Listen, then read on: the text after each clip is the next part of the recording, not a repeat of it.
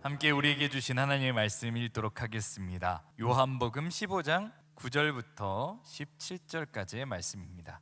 신약 173면에 있습니다. 하나님의 말씀을 봉독하겠습니다.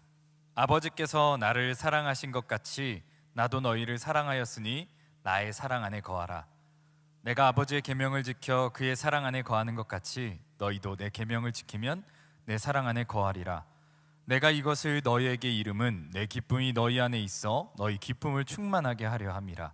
내 계명은 곧 내가 너희를 사랑한 것 같이 너희도 서로 사랑하라 하는 이것이니라. 사람이 친구를 위하여 자기 목숨을 버리면 이보다 더 큰 사랑이 없나니 너희는 내가 명한 대로 행하면 곧 나의 친구라. 이제부터는 너희를 종이라 하지 아니하리니 종은 주인이 하는 것을 알지 못함이라. 너희를 친구라 하였노니 내가 내 아버지께 들은 것을 다 너희에게 알게 하였음이라. 너희가 나를 택한 것이 아니요 내가 너희를 택하여 세웠나니 이는 너희로 가서 열매를 맺게 하고 또 너희 열매가 항상 있게 하여 내 이름으로 아버지께 무엇을 구하든지 다 받게 하려 함이라. 내가 이것을 너희에게 명함은 너희로 서로 사랑하게 하려 함이라. 아멘. 예전부터 저에게 헷갈리는 질문이 하나 있습니다. 어떤 질문이냐면 여기 자리 있어요? 라는 그런 질문입니다. 이렇게 이제 질문하면 질문의 의도는 이제 분명한데 대답이 좀 헷갈립니다. 여기 자리 있어요 라고 말하거나 여기 자리 없어요 라고 말해도 그게 도대체 무슨 의미인지를 확실히 알 수 없기 때문에 그렇습니다. 이게 주어가 빠져서 좀 헷갈리는 것 같아요. 그러니까 여기에 자리가 있어요 라고 했을 때는 당신이 앉을 자리가 있습니다도 되고 다른 사람이 앉을 사람이 있어요도 되기 때문에 이게 질문이 좀 헷갈려요. 없어도 또 똑같죠. 당신이 앉을 자리가 없습니다. 그리고 또 다른 사람 앉을 사람이 없습니다. 뭐 이렇게 되면은 의미가 같기 때문에 이게 헷갈리게 되는 것 같아요. 그래서 이제 저는 물어볼 때 이렇게 묻습니다. 제가 여기 앉아도 되나요? 이 자리 제가 사용해도 되나요? 이렇게 묻곤 합니다. 근데 제가 이렇게 묻는다고 해도 꼭 그런 식으로 물어오는 사람들이 있습니다. 자리 있어요? 이렇게 묻는 사람들이. 그럼 저는 그냥 여기 앉으셔도 됩니다 라고 하거나 앉을 사람이 있습니다 이렇게 이제 말합니다. 여러분 자리가 있습니까? 오늘 예수님께서는 말씀을 통해서 이렇게 말씀하시는 것 같습니다. 예수님은 어떤 자리가 있냐고 우리에게 물으시는 걸까요? 예수님의 사랑이 머물 자리가 있는가? 예수님이 그 안에 머물 자리가 있는가 물으시는 걸까? 아니면 다른 사람들이 당신 마음속에 와서 머물 자리가 있는 것인가? 이런 질문을 하는 것인가? 한번 우리가 생각해 보면 좋겠습니다. 요즘 우리에게는 참 공간이 없습니다. 우리가 머물 수 있는 자리가 많이 사라져 버렸죠. 장소가 없는 것도 아니고 사람이 없는 것도 아닌데 함께 그 공간에 머물 수가 없습니다. 사회적 거리두기로 인해서 대부분의 공간이 사이버 세계, 즉 평면 너머의 세계로 좀 대체되었습니다. 이런 시국에는 이런 말이 있죠. 몸은 멀리, 마음은 가까이. 이런 말이 있는데 이게 말처럼 쉽지가 않습니다.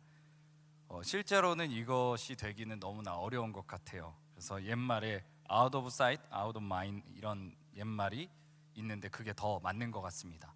몸에서 멀어지면 마음에서도 멀어진다는 뜻이죠. 이 더불어서 우리의 마음의 공간, 영혼의 공간, 사랑의 공간도 좀 줄어들고 있는 게 아닌가 그런 생각이 듭니다.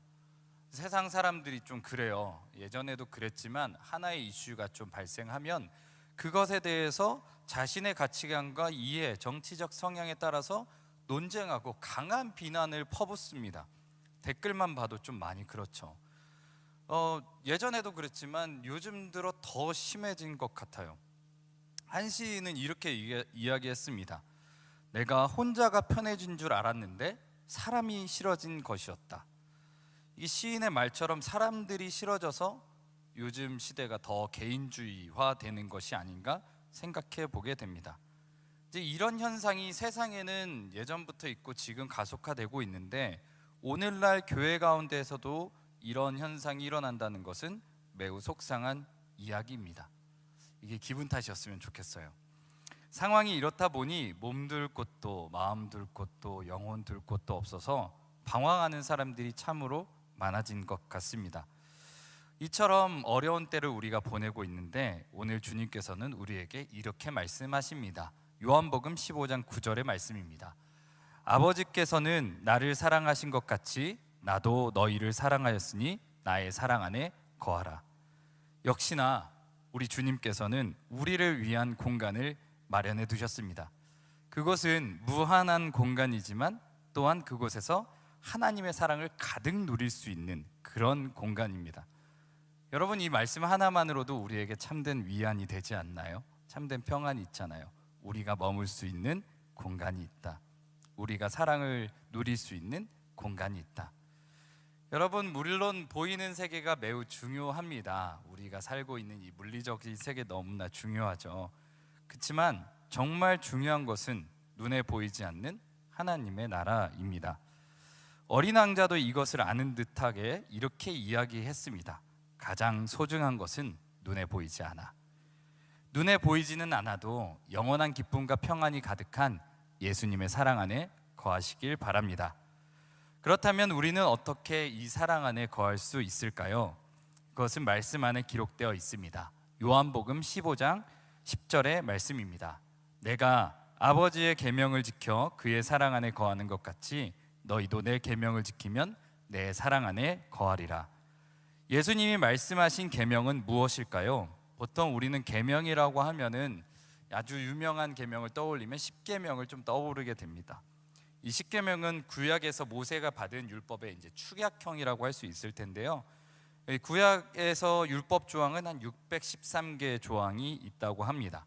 그것을 10개로 줄이면 십계명이 되는 것이겠죠. 더 나아가서 예수님께서는 이런 질문을 받으셨어요. 가장 큰 계명이 무엇입니까? 여러 계명들이 있는데, 그래서 예수님께서 대답하신 것이 무엇이죠? 하나님을 사랑하고 이웃을 사랑하라. 이것이 율법 중에 가장 첫 번째가 된다. 이렇게 말씀하셨습니다. 여러분, 율법의 뜻에는요, 율법 그 법이라는 의미도 있지만 이게 교훈, 인도자, 길잡이라는 의미가 같이 들어 있습니다. 그러니까 율법은 하나님께로 인도하는 길잡이라는 것. 그러니까 이 율법이 어디로 인도하냐면 하나님께로 인도한다는 그런 의미가 율법에 들어 있다는 것이에요. 근데 이 예수님의 율법 해석에 따르면 하나님께로 인도한다는 것은 하나님의 사랑으로 인도한다는 그런 뜻을 가지고 있다는 것. 그것으로 예수님이 해석하고 있다는 것을 우리가 알게 됩니다. 이것이 율법의 근원이라고 할 수 있습니다.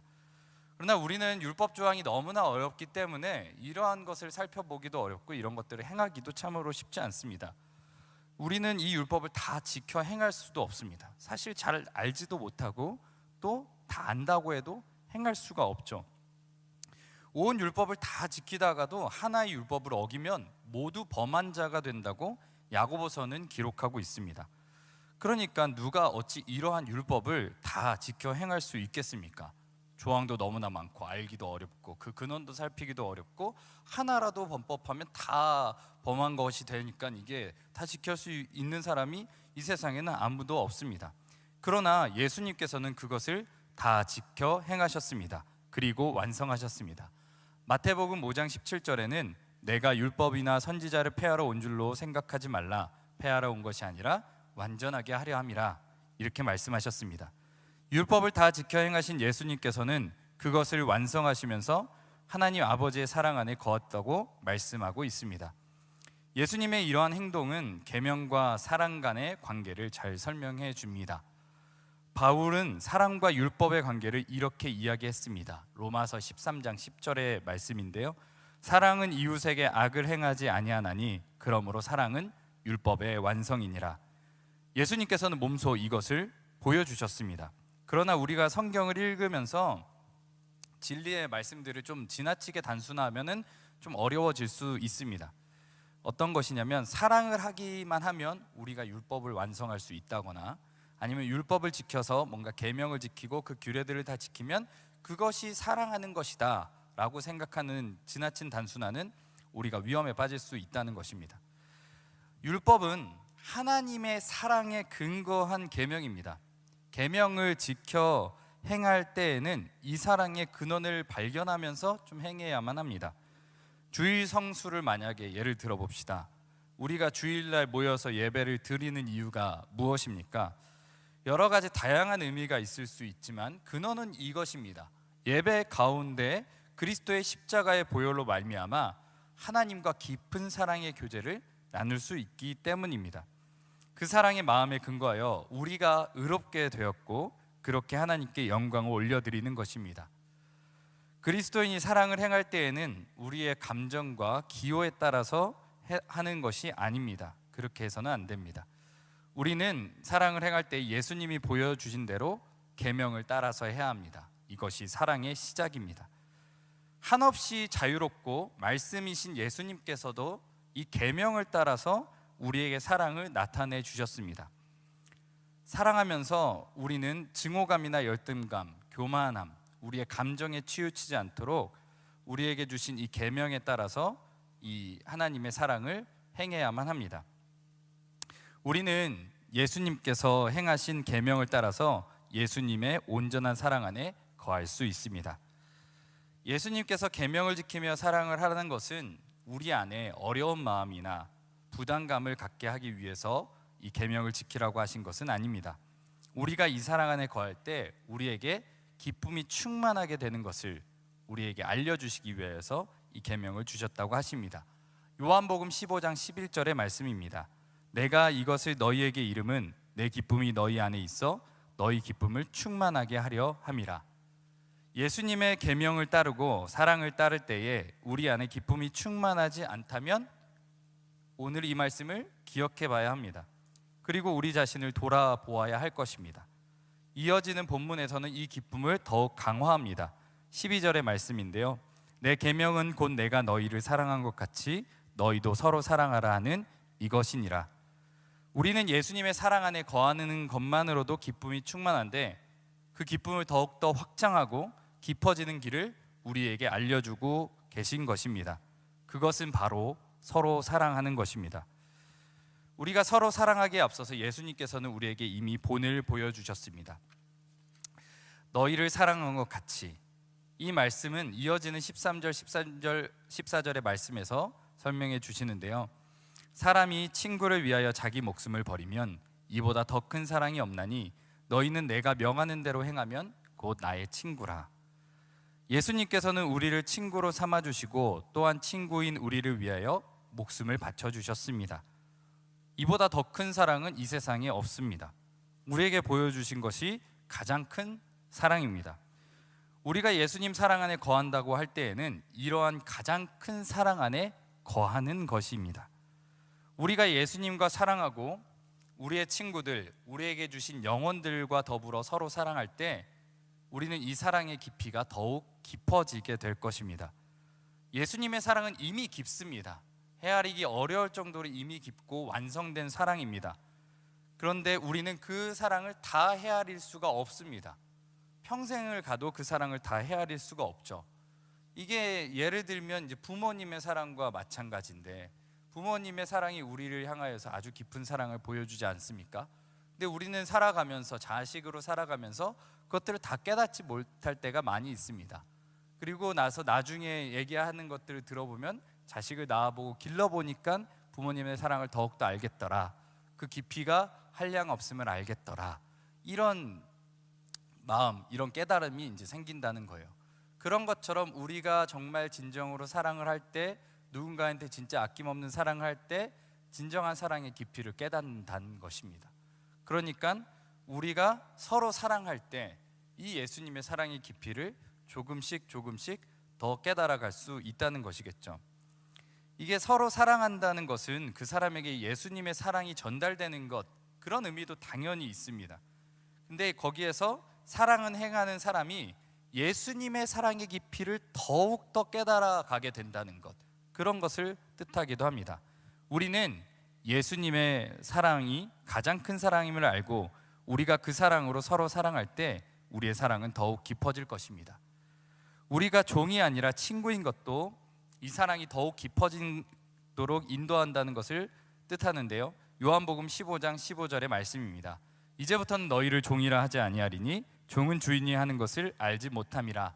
너희를 친구라 하였노니 내가 내 아버지께 들은 것을 다 너희에게 알게 하였음이라. 하나님께서는 인간에게 어떻게든 기필코 자유를 허락하십니다. 자유를 확보하시죠. 이게 성경 처음부터 끝까지 이루어지는 말씀 가운데 녹아져 있어요. 하나님이 세상을 창조하셔서 이 세상에 뭐 여러 가지 악들과 괴로운 것들, 그런 말도 안 되는 사건들이 일어날지라도 하나님께서는 자유를 뺏어가지 않아요. 하나님 자유만 뺏어가도 정말 통치하기가 참 좋을 텐데 이 자유를 끝까지 지켜내십니다. 인간의 자유를 확보하세요.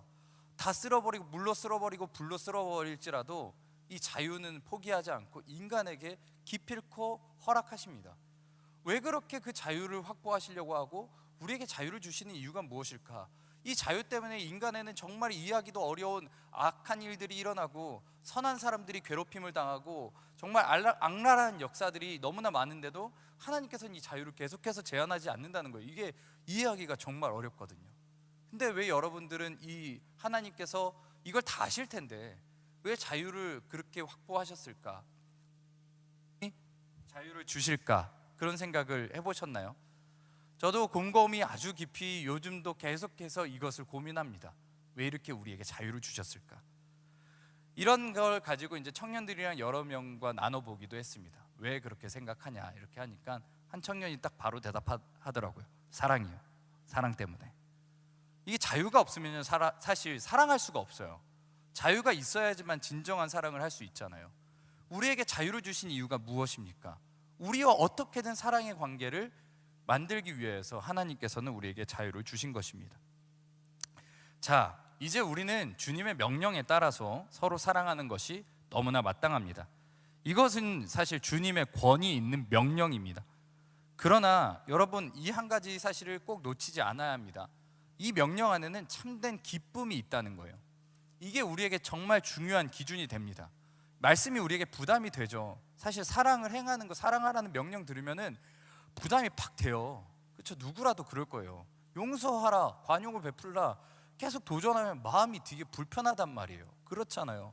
부담감이 생겨요. 이게 사랑하는 거, 용서하는 것, 이것 자체가 사실 정말 어려운 일인데 또 사랑을 줄 수 있다고 해도 그게 어려워요. 저 같은 이제 뭔가 에너지나 열정이 넘치는 사람들은 여러분 부담스럽잖아요. 그렇죠? 제가 사랑하려고 막 친해지려고 다가가고 이러면은 너무 고개를 끄덕이시는 분들도 좀 계시는데, 아무튼 사랑을 하는 것도 쉽지가 않습니다. 사랑을 하면 상대방이 부담을 느낄 수도 있으니까. 그렇죠. 사랑을 받는 것도 어려워요. 누구나 다 사랑을 다 받아줘야 되는 건 아니잖아요. 그렇죠? 쉽지가 않아요. 그런 것 하나하나가 어렵습니다.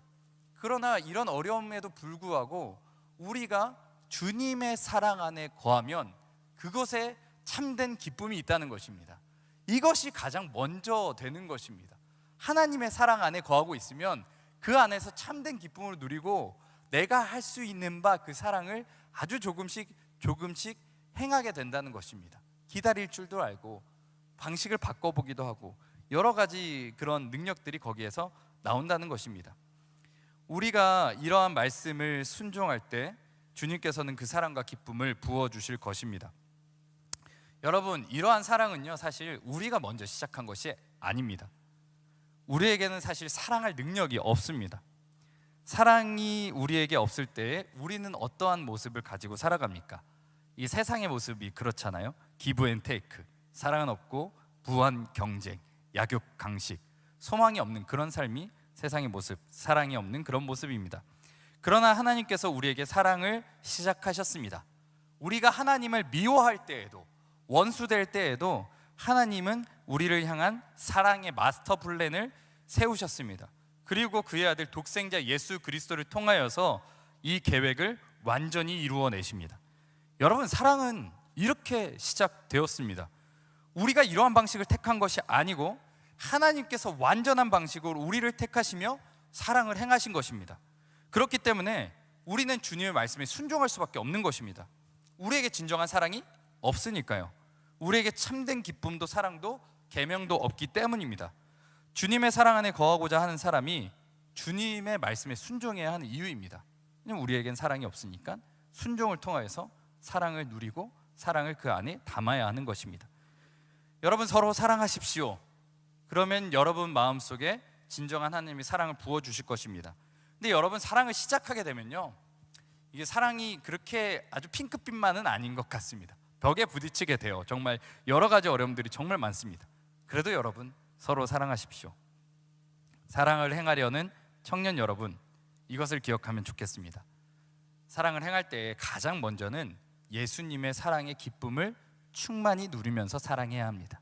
이게 가장 첫 번째입니다. 하나님의 사랑을 알지 못하고 하나님의 충만한 사랑을 누리지 못하면 진정으로 사랑을 줄 수가 없습니다. 하나님의 사랑이 있어야 우리가 아무리 사랑하려고 해도 하나님 사랑이 없으면 사랑할 수가 없습니다. 그러나 우리가 사랑을 정말 안 하려고 해도 하나님의 사랑이 우리 안에 있으면 그 사랑을 행할 수밖에 없어요. 이게 주님의 사랑의 능력이에요. 저도 이런 말씀을 듣고 깨달으면서 그런 마음을 다 품었었습니다. 청년 시절에, 한 20대 초반 시절에 그런 마음을 품었어요. 아, 그리스도인들은 사랑하며 살아야 되는구나. 나도 사랑을 하면서 살 거야. 이런 다짐을 이제 기도하면서 이런 수련회 가운데 결단했습니다. 여러분들도 그런 결단 많이 해보셨죠? 근데 제가 이제 사랑을 해보려고 딱 사랑을 시작해야지 딱 했는데 사랑이 안 돼요. 이게 신기하지 않아요? 사랑하려고 했는데 사랑이 안 되는 거예요. 저 마음속에 이제 열정이나 생각만으로는 한 수치화시킬 수는 없지만 500 정도의 사랑은 줄 수 있을 것 같습니다. 뭐 앞에 앉아있는 대교 형제한테 10 정도의 사랑을 주고, 지민자매한테 10 정도의 사랑을 주고, 뭐 성권 형제한테 10 정도의 사랑을 주고, 다 사랑을 이렇게 나눠드리면 한 여기 있는 50명 이상까지는 내가 사랑을 나눠줄 수 있을 것 같은데 1도 없어요. 1도. 사랑을 줄 마음은 있는데 사랑이 없는 거예요. 내가 살 마음은 있는데 돈이 없는 거랑 또 비슷해요. 우리는 늘 돈이 없잖아요. 사고 싶은 마음은 늘 많은데, 그렇죠? 그런 거랑 비슷하게 사랑의 마음이 없는 거예요. 그래서 정말 기도를 많이 했습니다. 사랑을 주세요. 사랑을 주세요. 사랑을 주세요 하다가 이렇게 된 것 같습니다. 정말 사랑의 많은 마음들을 주님께서 부어주셨고, 여전히 나의 사랑은 부족하지만, 연약하지만 형태가 참 여러분들이 받을 만하게 되기도 하고 아니기도 하고 그런 부족한 사랑이지만 주님께서는 그런 사랑을 우리에게 주셨다는 것입니다. 이게 주님의 사랑을 받는, 그것을 누리면서 주님께서 그 사랑을 누리게 했을 때 우리에게 일어나는 일입니다. 그런데 여러분, 조금 더 중요한 건 사실 두 번째이기도 해요. 두 번째는 뭐냐면 그 충만한 기쁨이 없어도 일단 서로 사랑해 보는 겁니다. 서로 사랑하도록 자신을 내어주고 그 가운데서 오는 주님의 사랑을 경험하는 것입니다. 이것도 매우 중요해요. 사랑의 감동이 있어야지, 주시는 사랑이 있어야지 사랑하는 것, 이게 가장 첫 번째 되는 것은 맞습니다. 그렇지만 이것이 없으니까 나는 사랑을 하지 않을 거야 라고 말하는 그런 교만에 빠져서는 안 된다는 것입니다. 우리가 믿음을 가지고 마음의 감동은 없지만, 지금 당장 내가 뜨거운 마음은 없지만 서로 사랑하는 그곳에 나의 영혼을 맡기면 하나님께서 어떻게 하실까요? 하나님께서 사랑을 부어주신다는 것입니다. 사랑을 더 깨닫게 해주세요. 어디에 내가 무엇이 부족한지, 어떤 것이 부족한지, 내가 어떤 사랑을 못하는지, 어떤 것이 나에게는 어려운 사랑인지, 주는 것이 어려운지, 받는 것이 어려운지, 나랑 스타일이 다른 사람과 사랑하는 것이 어려운지, 내가 선물을 내어주는 것이 어려운지, 시간을 내어주는 것이 어려운지, 이 모든 것들을 깨달을 수 있습니다. 사랑하다 보면 나의 부족함들을 깨닫게 되는 것이죠. 이 두 가지를 기억해야 합니다. 하나님의 사랑 안에 거하면서 그 기쁨 가운데 충만히 행하는 서로 사랑, 그런 것이 없을지라도 주님 믿음으로 고백하며 하는 서로 사랑, 그러니까 결국 우리는 서로 사랑하게 되는 것입니다. 그렇게 사랑하게 되면, 이 말씀대로 하시게 되면 그 모든 벽을 넘어서는 사랑의 자리에 서시게 될 것입니다. 끝으로 여러분, 사랑은 서로 하는 것이고 또 먼저 사랑하는 것입니다. 요한일서 4장 19절에는 이런 말씀이 있습니다. 우리가 사랑함은 그가 먼저 우리를 사랑하셨습니다. 이것이 의미심장한 명령이요 권면입니다. 사랑은 여러분 일방향으로 하는 것이 사랑이 아니죠. 그리고 예수님의 사랑을 의지하여 어떻게든 서로 사랑하기까지 나아가야 합니다. 그리고 먼저 사랑해야 되죠. 옛날 옛적에 유행하던 코끼리 시리즈가 있습니다. 여러분 혹시 아시나요? 코끼리를 냉장고에 넣는 방법, 이런 시리즈가 있었어요. 혹시 들어보셨어요? 냉장고 문을 연다, 코끼리를 넣는다, 냉장고 문을 닫는다, 뭐 이런 이상한 시리즈예요. 근데 그 시리즈 중에서 이런 게 있습니다. 코끼리를 바늘로 죽이는 방법, 이런 게 있어요. 혹시 뭔지 아세요? 자, 첫 번째, 코끼리를 바늘로 죽이는 방법. 바늘로 코끼리를 찌르고 코끼리가 죽을 때까지 기다린다. 자, 두 번째, 바늘로 계속 찔러서 코끼리가 죽을 때까지 바늘로 찌른다. 세 번째, 코끼리가 죽을 때까지 기다렸다가 죽기 직전에 찌른다. 약간 이런 게 이제 코끼리 시리즈예요. 말도 안 되는 이야기 같죠. 왜 이게 코끼리를 죽이는 방법이라뇨? 이게 세상의 이야기입니다. 죽이기를 생각해요. 사람이 하나라도, 바늘이라도 하나 갖고 있고 능력이 있고 바늘이라는 무기라도 생기면 죽이는데 사용해요. 밟고 올라가고 조금이라도 권위가 생기고 권력이 생기면. 이게 교회 안에도 이 자리 잡고 있는 모습들을 우리가 종종 발견하게 됩니다. 근데 우리는 그렇게 생각하지 않고 다르게 한번 생각해 보면 좋겠습니다. 바늘로 코끼리를 사랑하는 방법, 이건 제가 한번 만들어 봤습니다. 여러분 뭐라고 생각하세요? 옷을 지어 입히고 사랑하는 것, 계속해서 덮을 수 있는 것들을 바늘로 만들어줘 가지고 덮어주는 것, 그렇게 사랑해 보는 것들을 생각해 보게 됩니다. 계속해서 그렇게 옷도 입혀주고 사랑하는 방법, 그냥 처음에 입을 이렇게 주고 계속 사랑하는 거, 그리고 계속 날마다 만들어주면서 사랑하는 것, 그리고 마지막에 죽을 때에도 입을 수 있도록 수의를 만들어서 사랑해 주는 것, 이런 게 이제 코끼리를 바늘로 사랑하는 방법이지 않을까 생각해 봅니다. 그런데 이제 누군가 이렇게 반문할 수도 있어요. 그게 바늘로 사랑하는 방법인가요? 뭐 실도 있고 그렇게 만드는 것, 다른 재료들 갖고 오잖아요. 여러분, 사랑은 이러합니다. 사랑하기 위해서는요, 바늘만이 아니라 무언가를 가져와서라도 생각을 넘어서서 그 사람을 사랑할 수 있도록 해요. 기다리고 기다립니다. 방식을 바꿉니다. 여러 가지 상황으로 그 사랑을 이루기 위해서 그것을 고민하고 생각합니다. 하나님의 사랑이 그러했습니다. 모든 이치를 뛰어넘어서 예수 그리스도가 십자가로 우리에게 사랑을 이루어 주셨습니다. 우리가 이것을 좀 적용해 본다면, 여러분, 사랑하고 기다리든지 계속해서 사랑하든지, 기다리고 기다리다가 끝에서라도 어떻게든 사랑하든지, 우리는 어떻게든 그 사람과 사랑하기 위해서 그 모든 집중을 기울인다는 것입니다. 끝까지 서로 사랑한다는 것입니다. 내가 혼자 사랑하는 것이 아니라 그 사람도 나를 사랑할 수 있도록 그 사랑의 자리로 계속해서 우리가 그 사람을 초대한다는 것입니다. 이것이 사랑의 능력입니다. 예수님께서는 정말 수천 년 동안 이 사랑을 이루기 위해서 기다리고 기다리셨습니다. 예수 그리스도의 사랑으로 그것을 완전히 이루어내셨습니다. 사랑은 이런 것입니다. 서로 사랑할 때까지 주님께서는 어떻게든 이 길들을 계속해서 가실 것입니다. 우리도 우리의 죽음, 우리의 자존심, 우리의 방식 모두 내려놓고 이 사랑을 따라 서로 사랑해야 합니다. 여기에 진정한 구원의 기쁨이 있습니다. 예수님께서 사랑을 보여주실 때에는 먼저 사랑해 주셨습니다. 그렇게 우리도 먼저 사랑하는 것이 마땅합니다. 이게 하나님이 먼저 사랑을 해주셨고 또 사랑해 주셨잖아요.